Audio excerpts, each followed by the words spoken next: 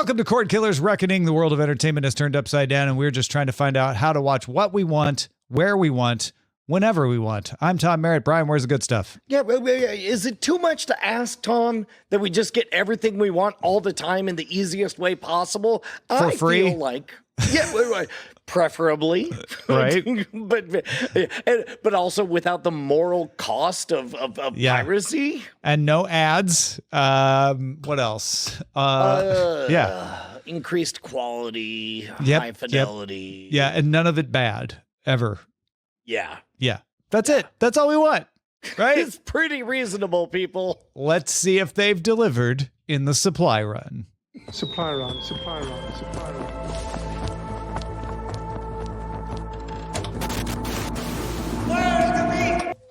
Disney and Warner Brothers Discovery announced they plan to offer their streaming services as a bundle. That's right, you heard me. Disney and Warner Brothers Discovery. That means Disney Plus, Hulu, and Max.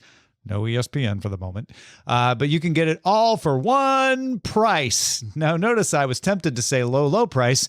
We don't know what the price will be. Potentially, they'll charge you more for getting them together, but I doubt it. I imagine they'll give you a discount, but we don't know what the price will be, and it will start sometime this summer. The combo will probably eventually include some ESPN content on Disney Plus, since Disney announced that ESPN content is coming to Disney Plus, but ESPN Plus was not mentioned as part of the bundle. So you'll get some ESPN content when it comes to Disney Plus, but you won't get all the ESPN content. Oh boy, Tom. In another iteration of this universe, they would have, I don't know, a name for the service, and it would be an all-in-one thing. They would announce a new thing, but it seems rather conspicuous that they're not doing that, which I take to mean that in general, humans are pretty comfortable with the idea of this balkanized state of like independent verticals, but we also like to save money. Does that sound right? Yeah, this is what we've been saying to catch people up who may be new to the show. For a long time, we said you've got too many services because they're in customer acquisition phase. Everybody's trying things to see which ones catch on. Then we were in service dying phase, right? Where the smaller versions went away. And we've been saying, and then as soon as Hulu's ownership is resolved, we'll get into the consolidation phase. And the consolidation phase will mean a couple things. One we talked about the most was possible mergers, right? Like smaller services getting bought. And we're seeing discussions around that, particularly around Paramount Plus these days. We've been talking about that. But consolidation also means bundles. Now, bundles happening internally are easy. Paramount can say, you know what, let's just put Showtime in the Paramount Plus bundle and call that one service, which is exactly what they did. What we're seeing here is bundles between competitors. So Disney and Warner Brothers Discovery saying, hey, you know what? We're competitors, but we both win if we bundle our service and get more customers. That way, we not only have more subscribers, but they are less likely to cancel because they're getting this cheap deal through the bundle, and maybe they aren't watching any Max shows, but they're watching a Disney Plus show. They won't want to cancel the bundle and lose the deal. So on top of that, we also have the possibility of the whole way that Amazon is playing the game, where it's like you're buying shipping, but also you can subscribe and unsubscribe to other services underneath us. Everyone's saying this is cable. When this was announced at the end of last week, I can't count how many people, very smart people whom I respect and are awesome, saying, well, here we go. Cable's back. You got to buy a bundle to get stuff.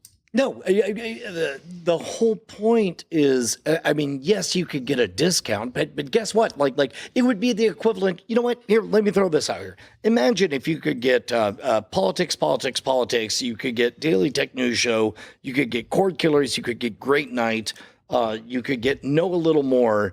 But instead of 5 different Patreons, you could just have one that was at a bit of a discount. Like that's don't tease people. I've had people ask for exactly that thing, right? All right, yeah. maybe tee that up for after talk. We'll talk about that. But yeah, no one would say, oh, it's cable. Granted, if we were to eventually get to the point where there was only one bundle in your location, and the bundle had 2 tiers, and they both required 2-year contracts, then this might be very much like cable. But Disney Plus, Hulu, and Max being offered together at one price is quite far from that, because there are also other bundles out there. And Disney Plus, this is the key to me, isn't saying it's the only way to get Hulu. Max is not saying it's the only way to get Max, which is what cable was. What they're saying is, hey, if you just want Disney Plus, you can still do that. You want Disney Plus and Hulu in a bundle? We'll sell you that too. You want Disney Plus, Hulu, and Max in a bundle? We got you covered now. So you've got more options. And granted, sometimes too many options is a bad thing, but this is a different problem than cable, which was you have no options. You pay this much and you get what we give you, and that's it. Part of it is the no options thing, but also I think that many people forget how long it would take. Like a 1-year contract is a very long time to wait until you can finally renegotiate and all of that stuff. Having only one physical method of delivery was a challenge back in the day. I mean, even everything about this, like we see these bundles and services come and go like in a matter of weeks now. Yeah. And granted, this is a big corporate deal that they made a big corporate press release about, so it's probably not going to go away very soon. And we're going to see more of these. In fact, I don't know if you remember, I can't remember if we said it on Cordkillers or DTNS or both, but one of Paramount's contingency plans, if it can't find a buyer, is to offer Paramount Plus in a bundle with Peacock as a deal with Comcast to try to increase the distribution of both. And frankly, Peacock benefits more because they're at 30 million than Paramount Plus, which is at 70 million. But they would both be stronger together if they bundled up. The one thing that we're hearing as a through line on all of this is the retention of autonomy. Like everybody continues to own their own slice of the pie. Now, whether or not they're all currently teamed up as the Avengers or as, the Justice League of America or whatever, it's very clear they all have their own franchises. Yeah. I understand a lot of people are saying, well, it might not be bad now, but you just wait. This is almost the same as, and almost the same as is not the same as. If we get to the point where there's only 1 or 2 bundles, or similarly, if we get to the point that there's only 1 or 2 providers of the content, 1 or 2 studios, then I will worry that we are back to cable. Frankly, with the current antitrust climate, if there's 1 or 2 providers, that's not going to last.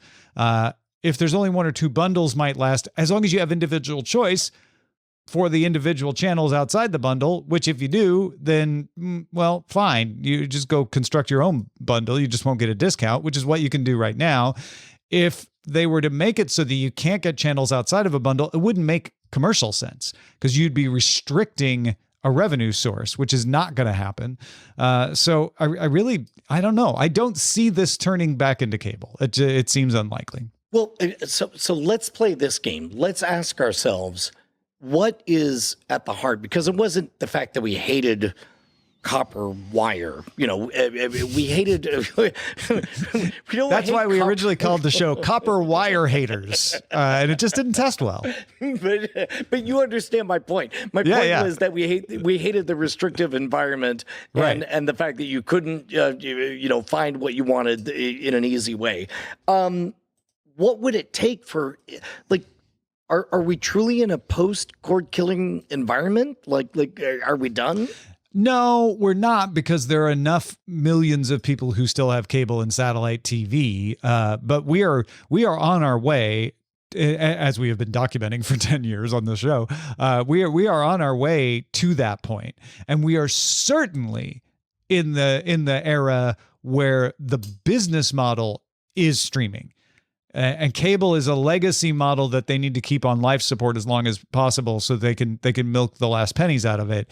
But all of these companies, none of them are saying, well, we still think cable is the way. No, they are all creating a streaming plan, and they're all treating it as if it's their future. Do you think there is any chance, and I'm not married to this, I'm just throwing it out there. No, you're married to Bonnie. Is there any chance that anybody is going to attempt to create the level of cartel-like environment that we ever saw in cable again? Because it would be such a bad look, and it's so easy for everybody to defect in that prisoner's dilemma.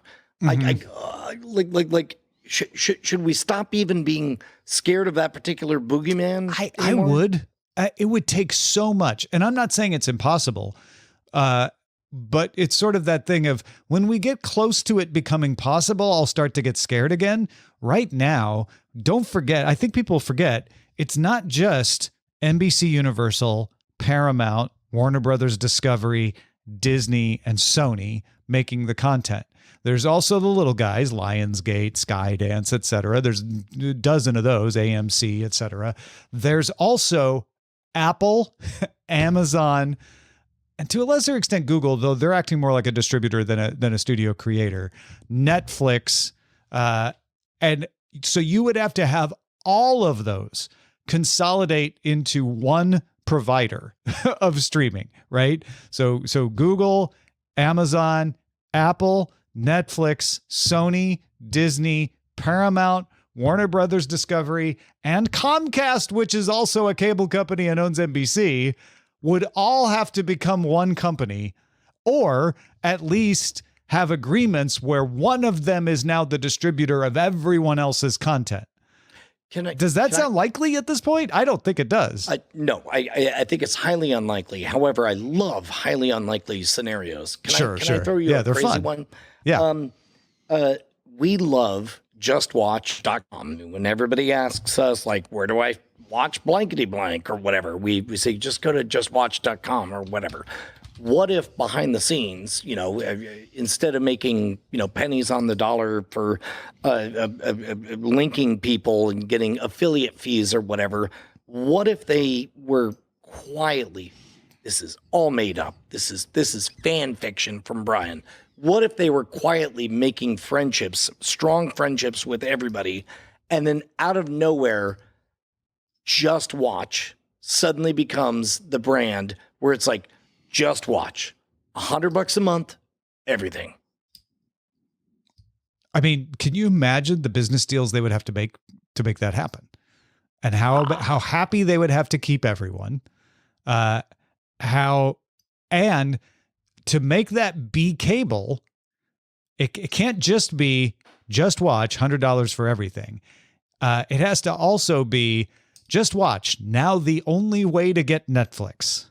Well, and that's the part that neither of us truly believes is ever going to happen again. And we've seen less onerous services like Apple TV. We just want to show you what you watched recently so you can click to get the next episode. And several companies, including Netflix, go, nope, we're not going to let you do that with our app. Like you have to get companies that won't agree to that to agree to let Just Watch carry their content. And that's a long way to go. Not saying it's impossible.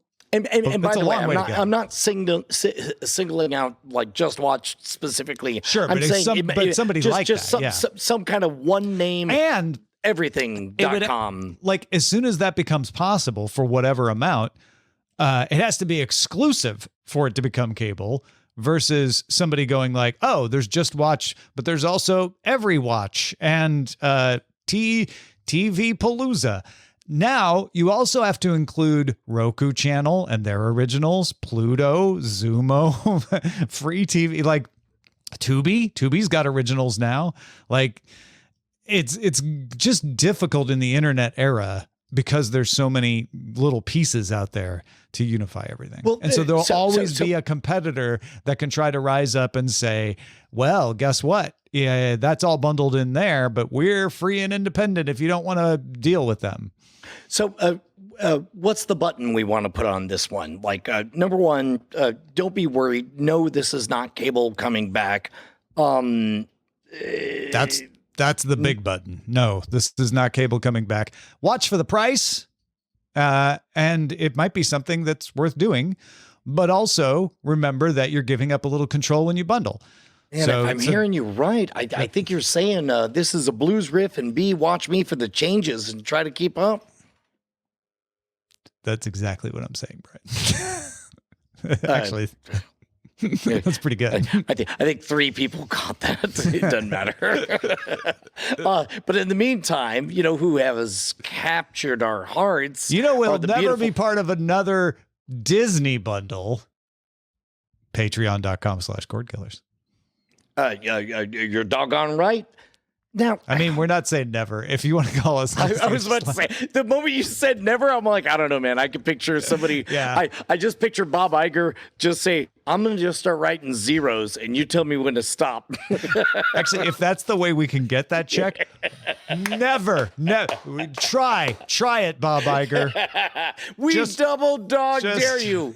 Until then, we're going to be loyal to our beautiful bosses over at patreon.com/Cordkillers. You hear that, Bob Iger? Yeah, We will refuse any check No with any amount of number of zeros.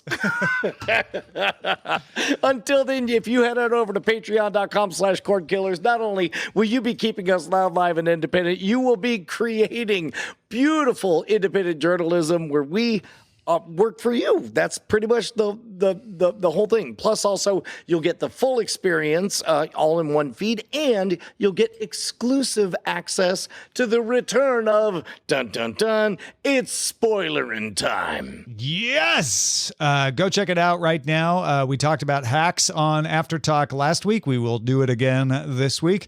And Amos has a poll up for the folks on Patreon. So if you are a patron, get on over there to patreon.com/Cordkillers. And should we keep the Patreon ads in the patron only feed is what we're asking. I feel like they're the best part, right? I mean, I think so. You don't get if, Back to the if, Future if reference anybody in says no, Disney then that ads. just means we have to make them more interesting. Exactly. Like, what if I were to tell you a story about a certain time I made love to a robot? That would new be the sound kind you've of been thing I looking would for. add to it if people didn't like the Patreon ad. That's right. So make your voice heard and get content you won't get anywhere else that you love, and more of us, and support the show and keep the show happening, or just leech off the public feed. We're actually happy either way. That's your choice. Patreon.com/Cordkillers. On to the search party.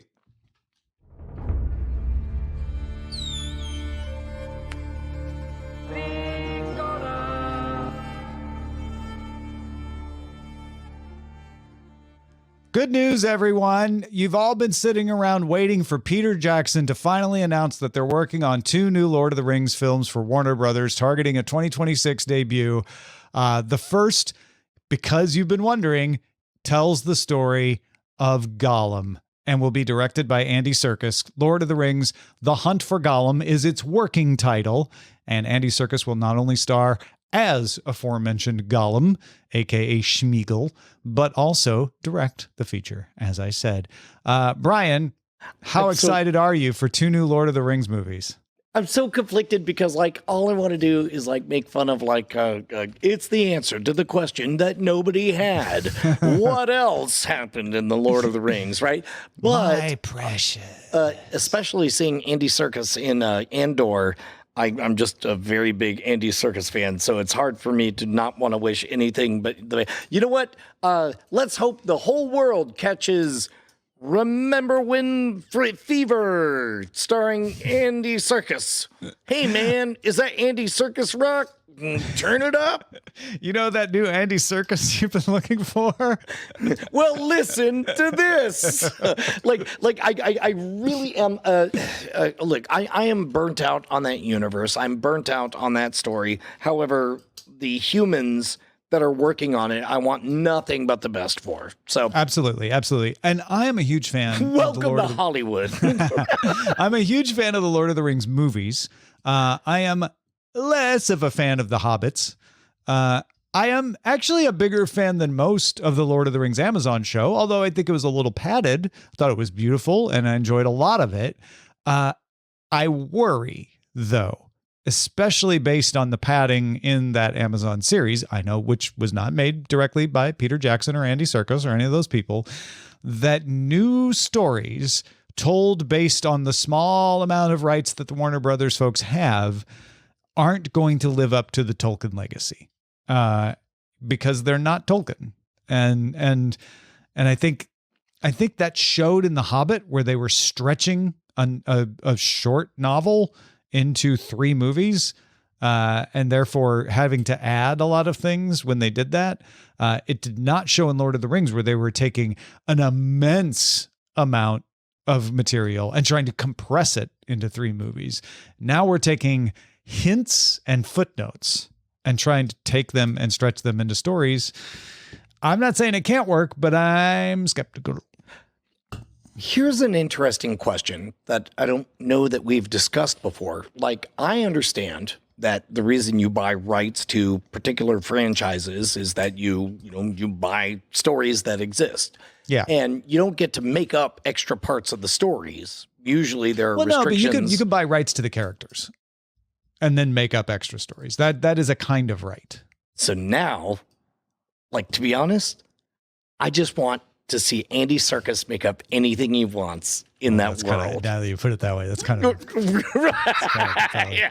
Like if the name of this story was Andy Serkis is just gonna make up more stuff, and he'll be Andy Serkis the entire way. Like, I'll be so in for that. Welcome to the circus. I'm afraid it's also not going to be that. But I know. But I would love that. I know. Yeah.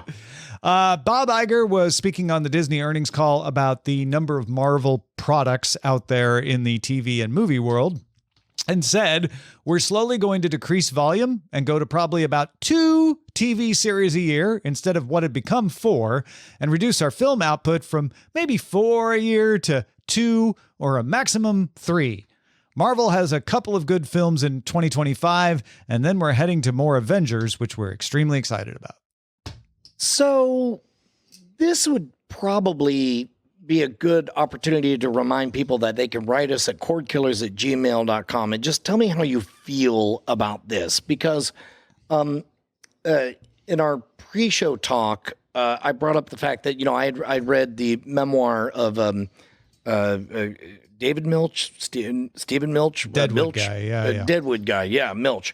And there was a wonderful phrase when he had to break the news that Deadwood was going away, and he said, "Only a child believes these can go on forever, and only a child believes that something better can't come along afterward."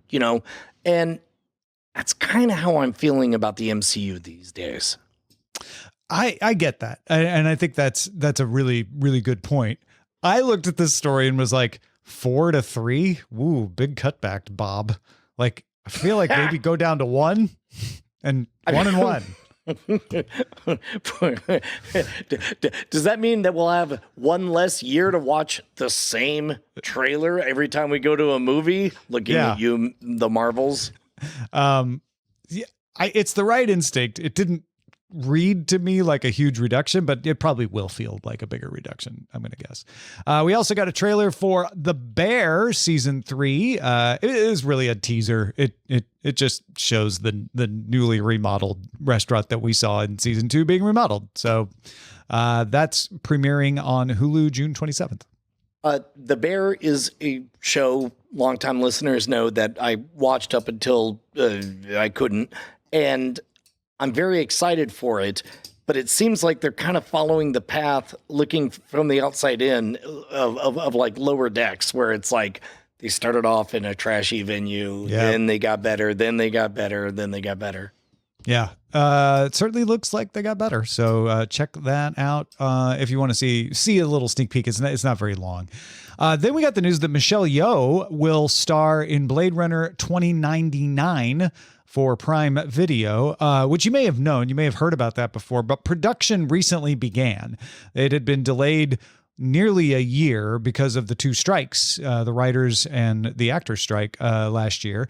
But they're back on track to make a series, Blade Runner 2099, so 50 years after the recent movie, 2049, but with Michelle Yeoh starring. Two strikes. You know what happens? Third strike, Yeoh's out.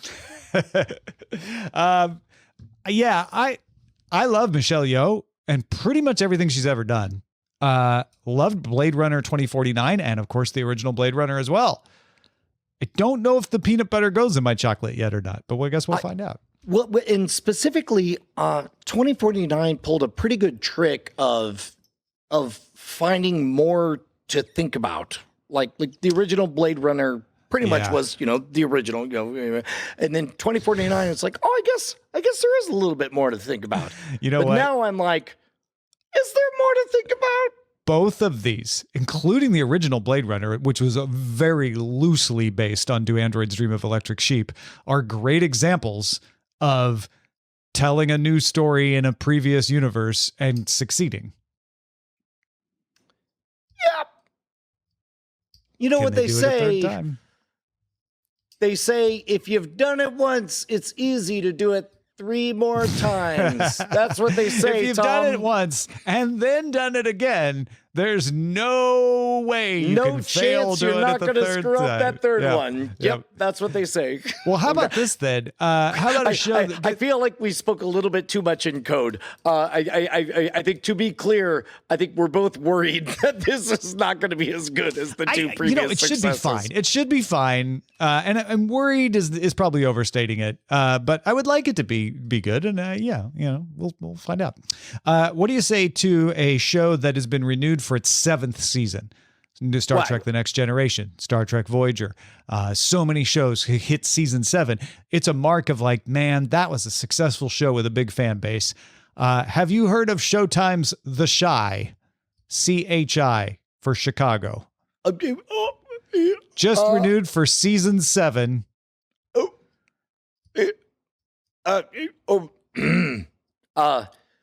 7. Not what it used to be. How have I never heard of this? Because there's too much television, and there has been for years. So I wanted to give some props to The Chi for getting 7 seasons and having enough of a fan base to do it. Well done. Yeah, I don't know. I feel like we could go on a 30-minute digression about like. I think the knee-jerk take is, well, I've never heard of it. How good could it be, right? Where I like to go is like, you can't know everything anymore. Look at that. Somebody got 7 seasons, and I hadn't really heard much about it. I mean, to be honest, I love that about the world that we live in now. Yeah. And it happened just over like the last 30 years. Like since we were children, the whole world, all of the rules have changed. Here's a rule that's changing. Peacock getting the first baseball game on Sundays in the United States. Effective immediately, those games are on Roku channel for free. So Peacock, you had to pay for them. I don't know the behind the scenes for this, but those rights are now going over to the Roku channel starting this weekend with the Cardinals game and running for 18 games all the way through September 15th. What are some of the revenue sources that would be less obvious to somebody like me who's on the outside? Because obviously you have merchandising, you have like pay-per-views, you have for who? Revenue for who? For Major League Baseball, like Major League Baseball gets its money by saying, you want to air this game? Pay us this much. How you make up the rest is up to you. Now, there are probably rev share deals in there as well, but mostly Major League Baseball charges you the rights to the game. And I think that's what I want to tickle at just a little bit is if we want to consider the possibility that those rules are about to change, because I don't think so.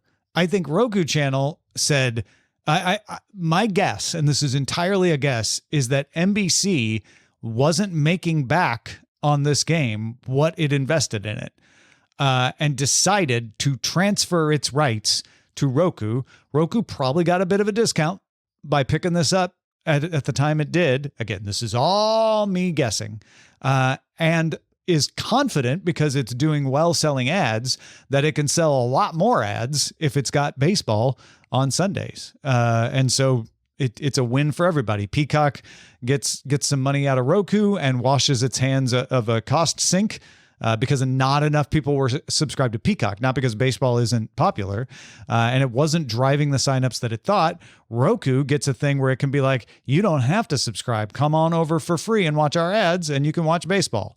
You just can't do it on an Apple TV, but you can do it on everything else. So enjoy.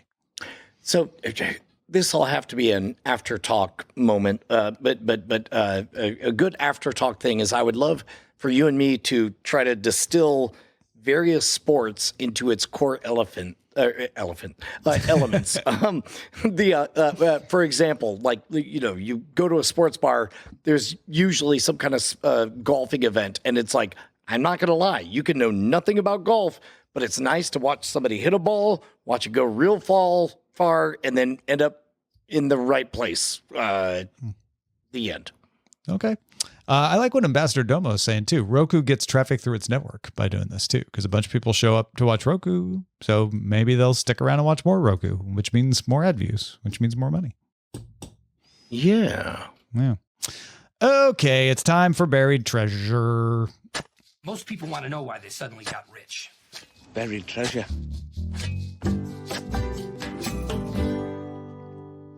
Brian, I know you were traveling this weekend for Scoop Fest, which I hear was fantastic, and I'm sorry I couldn't make it. But you happened upon a little interesting tidbit while you were doing so. This is obliquely a television related thing. I went and watched Penn and Teller's live show, as I have many times before, but specifically, like, on stage, they pointed out, like, essentially, hopefully I'm not mischaracterizing this, but they essentially said, hey, we end every episode of our show on the CW with a showcase piece. Guess what? A lot of old pieces need to get dusted off and rehabbed, and we need to try out new things and so on. And I found myself fascinated because, of course, they have all of their AAA, beautifully chrome-like polished, excellent, 49-year refined routines.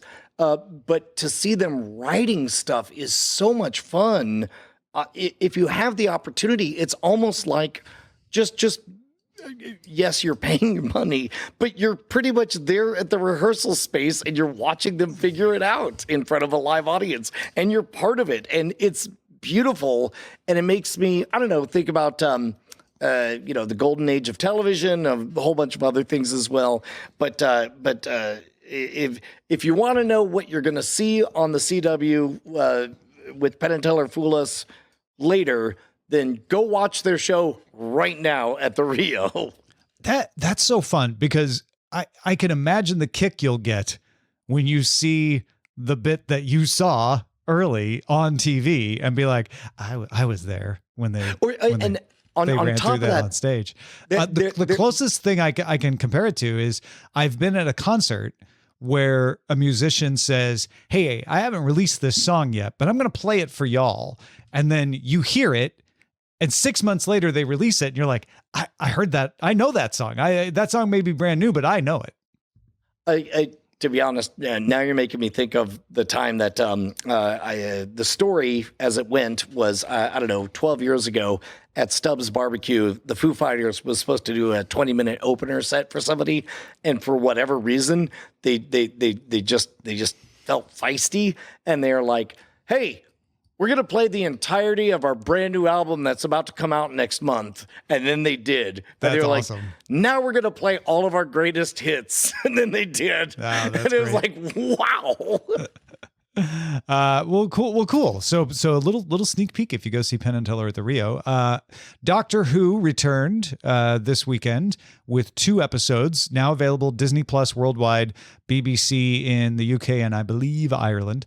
And I will report to you, Brian, my not my impressions as in me imitating Ncuti Gatwa, but my feelings about the new Doctor Who, which is great to have Russell T Davies back. Very much feels like Russell T Davies. If you like Doctor Who, especially the David Tennant, Christopher Eccleston years, this will fulfill your taste for that. What I'm not seeing yet in these first 2 episodes, and it may be because they're just, easing us into it, is anything different, anything new. And when I say that, I don't mean to shortchange the cast. Ncuti Gatwa is definitely a different take on the Doctor, and he's a masterful take. He's done that thing where it's the Doctor, but also it's a Ncuti Gatwa take on the Doctor. So it's a different Doctor because of the regeneration. I'm saying the stories themselves feel like the kind of stories I expect from Russell T Davies. And that's not a bad thing. They're good stories. But I'm wondering if we're going to venture out to new types of stories, which Russell T Davies did because we didn't know all of his story types before. So he definitely is setting up a little mystery arc for the season as well. The bad wolf of this particular Doctor is starting to get set up, so that's intriguing. I wouldn't say to people who don't follow Doctor Who, come on back. It's great for everyone. That's where I would draw the line. But if you are a fan of Doctor Who, especially those Tennant Eccleston years, you will enjoy these. They're great. Maybe we'll save this for after talk. You cut me off as soon as it feels like we should move forward. But a friend of mine who has a mustache and looks like Magnum PI suggested that traditionally the Doctor has had some core elements. He's very clever. He maybe doesn't fit in. Sexy has never been a word associated with the Doctor in any incarnation. And it seems like they're changing up a lot of the rules for what makes for a Doctor this go around with a super cool, sexy, fits in anywhere kind of Doctor. I don't see that personally. There has been in the Russell T Davies oeuvre a lot of intimation that the Doctor had a sex life, and this Doctor is a different personality and different sexual preferences. And so there are different intimations about that, but also the fun thing is there are references back to those references from Tennant. So yeah, it didn't strike me as this Doctor is particularly more sexy, but I don't know, maybe I just missed it. I think Justin was more annoyed that he's cool. Justin was the one who said that. Oh, no, I knew it was Justin. Yeah, he is younger and hipper than previous ones. That is very true. I don't know. Yeah, I'd be interested to talk to Justin about that. Because I know he's got good backing for his opinion, and it's always interesting to hear that. You also have good backings for your opinions, and if you have something we should be on the lookout for, you should email us, cordkillers@gmail.com. Now, last week, we talked about my thing, Brian. This week, what's your thing? Man, you know what? I'm just going to punt and say I don't have a thing this week, but when I do have a thing, it'll be worth it. Meanwhile, if you want to buy something from scamstuff.com, sure would be appreciated. The end. If you've got no other way to help Brian today, go to scamstuff.com. Buy the cheapest thing on there. Buy the highest margin thing you can find. Do you list them by profit margin for you? That would be You know helpful. what? Yeah. I will next April 1st. That will be how I do it. That's really, that's great. I love that. All right, time to scan the horizon. Send a scanning to avoid. Scanning the horizon! Disney's Bob Iger told investors that the company will add select live sports and studio shows from ESPN to the Disney Plus service by the end of this year. Mentioned that earlier when we were talking about Disney stuff. This follows bringing Hulu content to Disney Plus and in advance of that standalone ESPN product to come in the autumn of 2025, next year.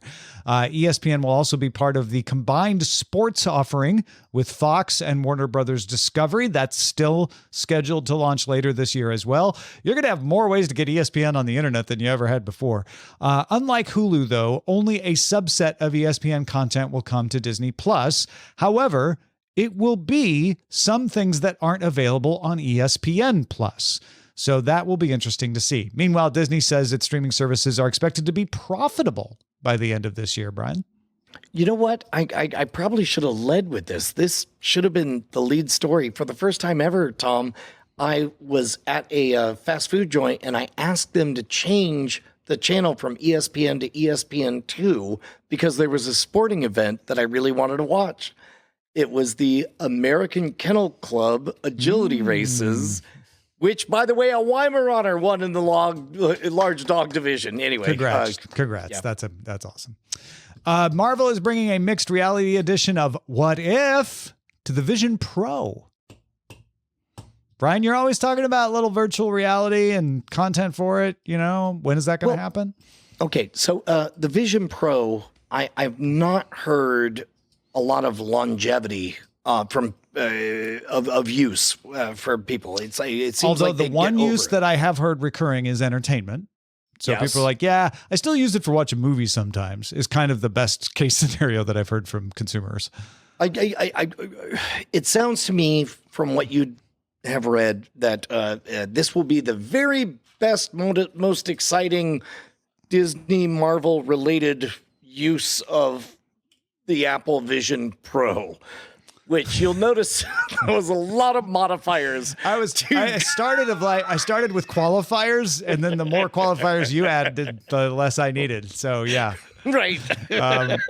Yes, that is true. The mixed reality stuff that was on the Apple Vision Pro at launch was excellent. You could mess with dinosaurs and stuff. You could stand in the room while Alicia Keys was recording a song, like really cool stuff. I know they also announced that Disney was making content for it when they launched it. So this is Disney just following up with that. But I expect it'll probably be pretty good. Should you have the means to enjoy it? That is the $3,500 to buy an Apple Vision Pro. That's the great betrayal, is that it probably is going to be really, really good, also very few people will experience it. Yeah. Apple Vision Pro really an enterprise device still at this point. And I think Apple's fine with that, honestly. But they're going to keep doing this kind of stuff to show what it can do, even if not as many people can take advantage of it in person. Amazon announced it will roll out 3 new ad formats for Prime Video later this year. One is a stoppable carousel during your ad break. If you want your ad break to go longer, you can stop the carousel and buy stuff right from the ad. There's also interactive trivia ads that can reward you with shopping credits on Amazon if you answer correctly.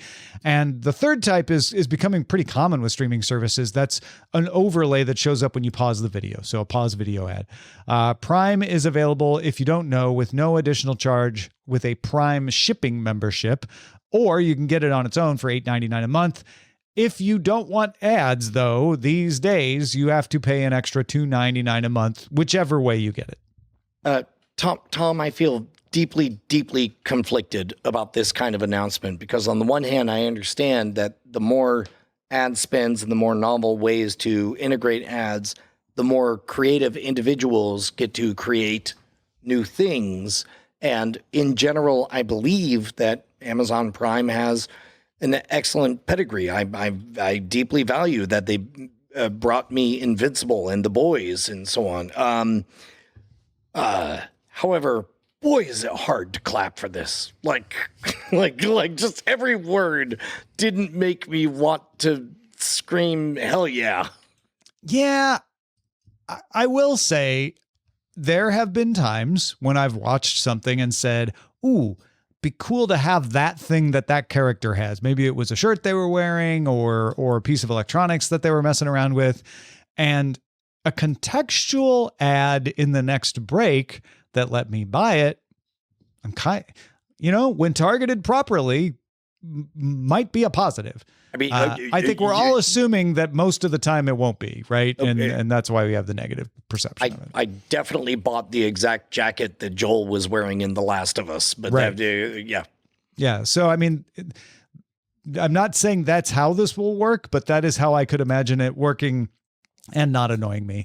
The interactive trivia ads, I don't know. I guess there's a way to make that not be horrible, but it seems like I'm just going to be like, no, I don't want to play an ad. I want to go back to my show. Please stop. Even I don't want to get shopping credits. I just want to watch my show. And then Amazon's going to go, well, then pay your $2.99, dumbass. Yeah. All right, let's move on to the chatter.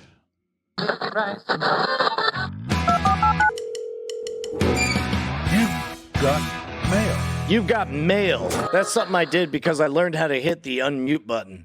Yeah, look at that. Our production values are skyrocketing. Stealth Dave wrote in, hey, Stealth Dave, I did want to say how much I'm loving the full experience. While I enjoyed Spoiler in Time's format, I often found it difficult to keep up with the shows I am watching, and even when I tried to save them for later, I often ended up just falling off. This new format gives me a wonderful overview of a show I love or could love without having to worry about keeping up with the killers. Love the show, Stealth Dave. That's exactly why we're doing it. And as you're going to hear in today's episode, sometimes even people who have already seen everything are like, oh my God, is this different to watch it in this format? It plays different. We also got Big Jim, who threw another suggestion for future full experiences out, Batman the Animated Series. As Jim says, some of the best storytelling ever done was on that show. That was one that I was just out of college at the time that it was taking off. And I found it ridiculous that people were treating it seriously. And since then, I've learned that turns out an animated series can be quite good. But it's one that I definitely miss. So I like the idea of giving it the full experience. Mark suggested The Office for an upcoming full experience, one of the most excellent shows ever. And of course, meaning the Office US. We're more than 10 years past the end of its 9-season run. Nine seasons for The Office.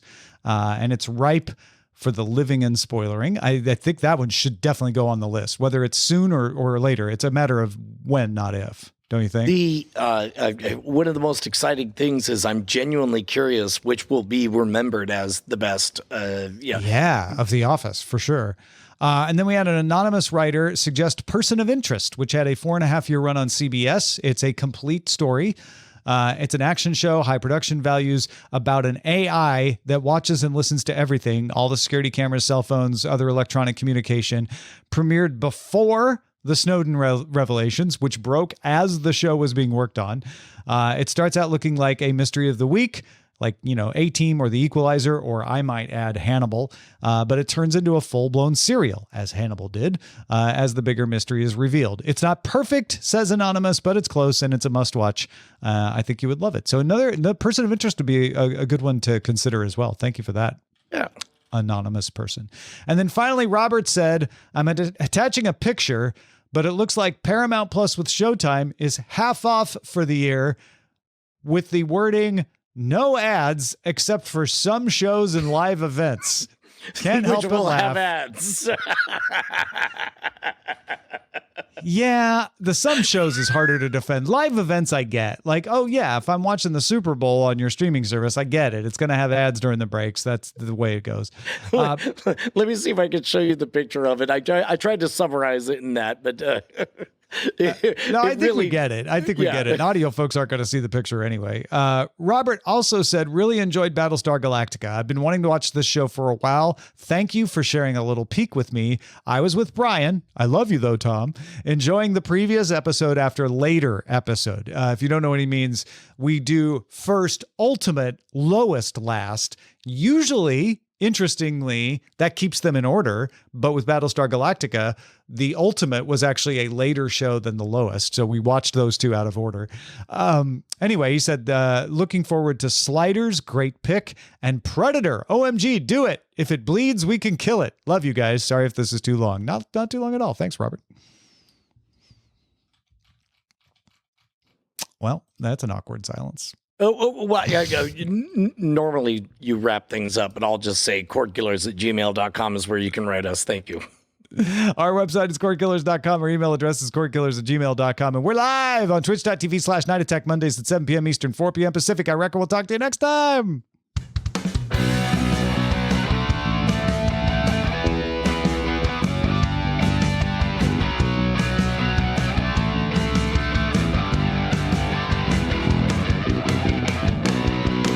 Diamond Club hopes you have enjoyed this program.